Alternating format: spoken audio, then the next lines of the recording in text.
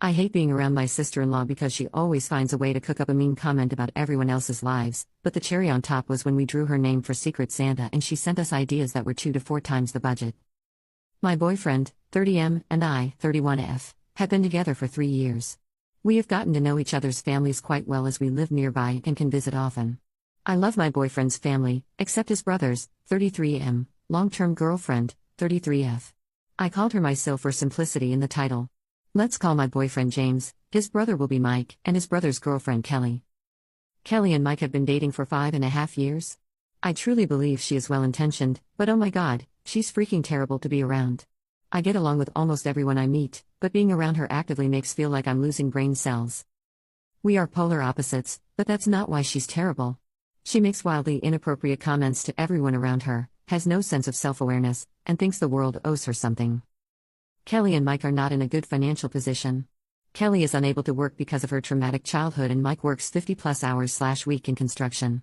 He busts his butt to provide for them, and she spends her days at the local bar with the local riffraff, then complains about not being able to afford to buy a 3-bedroom 2-bathroom home on several acres of land in our call state. For Christmas, my boyfriend's parents are hosting celebrations and we are doing a small gift exchange with a max budget of $10/person, and then everyone drew a name from a hat and we get that person one gift of up to $50. Total spend is $100 each. So, everyone gets one big gift and a couple of small things.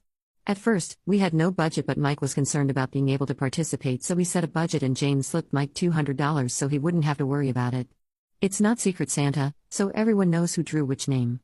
James drew Kelly's name, and immediately she started sending him links to things that were $100+ for him to get her. He reminded her of the budget that we set, to benefit them, and she said, "You can afford it, these are the only things I want." And made it worse by saying, "Mike drew your name, and we're getting you something nicer than $50. I'll give her the benefit of the doubt that she may not know James gave Mike the $200 to help them out. She hounded James about it being unfair that they suffer while we have so much, so clearly he can afford to get her a nicer gift. Both James and I are very comfortable, but we've both worked hard for everything we have.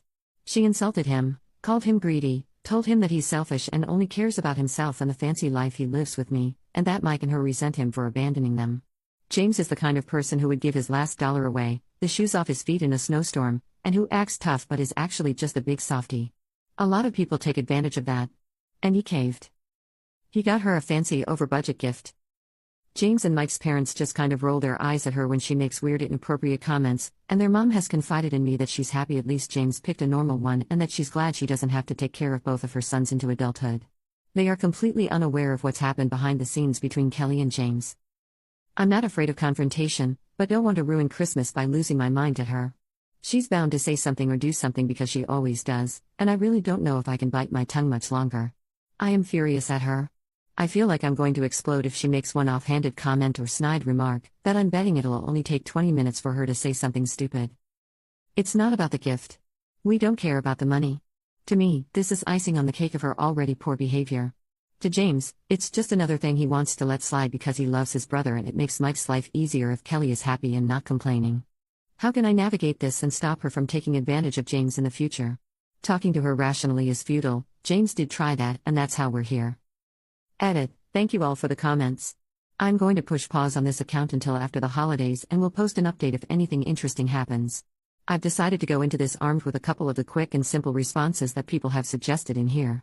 My favorites are "Wow, what an inappropriate comment," or "I can't believe you said that out loud." James and I will chat too after the holidays. I agree he needs to set better boundaries, but we can have that conversation privately after the chaos of Christmas. Happy holidays all. Update.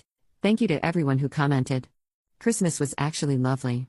Kelly behaved for the most part, though of course made a few left-field comments. Using Mill and Phil for simplicity, but my boyfriend and I are not married. Here are some examples. Mill opened a gift, it was a turkey baster. Kelly exclaims, "Whoa, Phil. Trying to get her pregnant again?" Mill and Phil are in their 70s. Awkward pause. Turns to me and James and goes, "Actually, I'm surprised it's not you." And on recommendations from Reddit I laughingly responded, "What an uncomfortable thing to say." Kelly went on about how she expected after we took a 2-week vacation, we would be sharing a pregnancy announcement. I responded, "Well, that's kind of weird." I got James a gag gift that says some innuendo on the butt of a pair of pants. Kelly kept making comments about, "No one needs to know the details of your bedroom life." Despite that the pants were a joke. This was repeated all night, but I just ignored it. Otherwise, we had a great time and a great family gathering. I wish I had something more exciting, but the answer I got helped me have a few responses in my arsenal to respond to her weird comments, and otherwise I ignored her. Thanks, Reddit.